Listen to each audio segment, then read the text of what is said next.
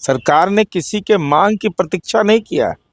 चुनाव पूर्व ही हमने कहा कि टीआरई 4 और टीआरई 5 भी लेंगे। अभ्यर्थी को तो अधिकार है अपनी बात कहने का, लेकिन नेताजी बोलिएगा तो पकड़ लेंगे मजिस्ट्रेट चेकिंग में। सबसे ज्यादा बहाली हमने किया है बिहार में, नियोजन से लेकर टीआरई 1, टीआरई 2, टीआरई 3। बोल देना आसान होता है, करना मुश्किल होता है। और लाइब्रेरियन पद की बहाली निकल रही है। नेता के चक्कर में न मत पड़ना। देखे ना, प्रशांत किशोर कहीं मिले, राहुल गांधी कहीं मिले, और जिसका बेचारा का नाम पड़ गया उसका तो नौकरी गया। नमस्कार, आप फिर न्यूज़ 4 नेशन पर, मैं आपके साथ अभिजीत सिंह।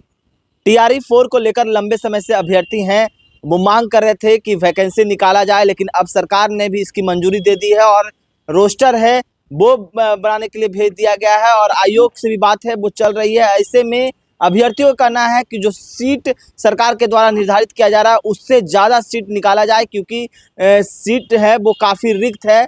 और वहीं बात करें तो अभ्यर्थी हैं वो लाइब्रेरियन की वैकेंसी को लेकर भी आज है वो आंदोलन करने जा रहे हैं। हमारे साथ बात करने के लिए जदयू के मुख्य प्रवक्ता एमएलसी नीरज कुमार हैं, छात्र हैं, वो लगातार टीआरई 4 को लेकर कर रहे हैं कि सीट कम से कम ज़्यादा निकालना चाहिए। इस सरकार ने पहले ही मांग मान ली थी। सरकार ने किसी के मांग की प्रतीक्षा नहीं किया। चुनाव पूर्व ही हमने कहा कि टीआरई 4 और टीआरई 5 भी लेंगे।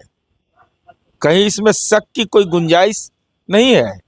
और इस संबंध में जो विभाग को अधियाचना भेजना होता है, रोस्टर क्लियरेंस करना होता है। अब सीटों की संख्या प्राथमिक शिक्षा में देश भर के आंकड़े लोग निकाल करके देख लें। जो राजनीतिक बयान दे रहे हैं, अभ्यर्थी को तो अधिकार है अपनी बात कहने का, लेकिन नेताजी बोलिएगा तो पकड़ लेंगे मजिस्ट्रेट चेकिंग में। सबसे ज्यादा बहाली हमने किया है बिहार में। शिक्षक छात्र अनुपात में हम देश में नंबर 1 है। और बिना जमीन लिखे, बिना 1 रुपया लिए हुए सारे जाति धर्म के लोगों को हमने नौकरी दी। 50% बेटियों को नौकरी दी है। ये साधारण उपलब्धि बिहार सरकार की नहीं। अब 50 लाख रोजगार हम संगठित क्षेत्र में दे रहे हैं, तो उसी में नहीं आएगा। लेकिन टीआरई 4 में जो सीट है वो इतने कम क्यों निकाले जाए? बोल रहे रिक्त बहुत है, पद हैं। आप लोग की मंशा है कि खाली गिनाना है कि टीआरई 1 हमने ले लिया, टीआरई 2 ले लिया, टीआरई 3 ले लिया, टीआरई 4 ले रहे हैं, खाली गिनाना है, रिक्त है। आप बढ़ा कह रहे हैं, एक ही जगह क्यों नहीं निकाल? वो जो बयानमा दे रहे हैं उनसे पूछिए कि उनको गिनती मालूम है कितना अब तक नियुक्ति की है। नियोजन से लेकर टीआरई 1, टीआरई 2, टीआरई 3। बोल देना आसान होता है, करना मुश्किल होता है।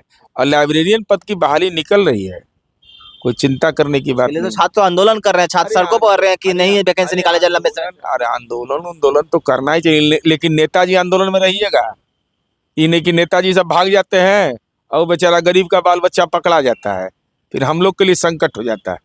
फिर हम लोग जो संपर्क करने लगता है, मुकदमा का अभियुक्त हो जाता है, परमानेंट नौकरी से बेरोजगार हो गया। लेकिन खबरें ये भी नेता नहीं रहे उसमें। नेता के चक्कर में न मत पड़ना।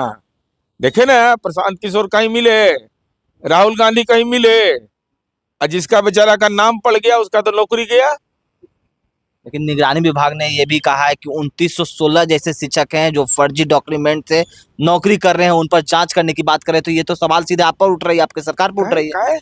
2916 फर्जी डॉक्यूमेंट पाए। अरे पाया, इसमें कौन सी बड़ी बात है?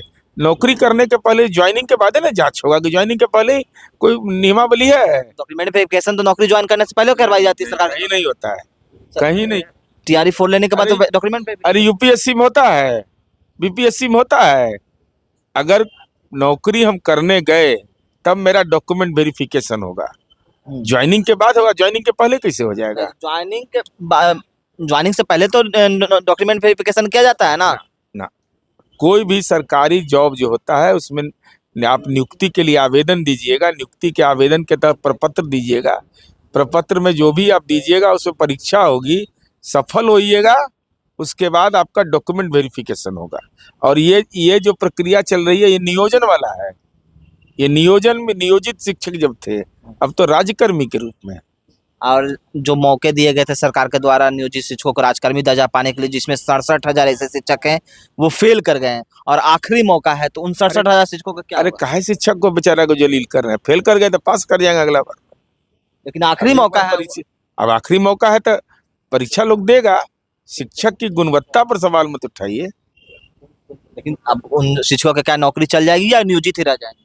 हर इस संबंध में सरकार पहले ही स्पष्टीकरण दिया है, लेकिन अभी परीक्षा देने दीजिए, हताश मत कर दीजिए उन लोगों को। तो आप सुन रहे थे जदयू के मुख्य प्रवक्ता सर एमएलसी नीरज कुमार का क्या कुछ कहना था। इस तमाम खबरों पर न्यूज़ पॉइंट के साथ नमस्कार।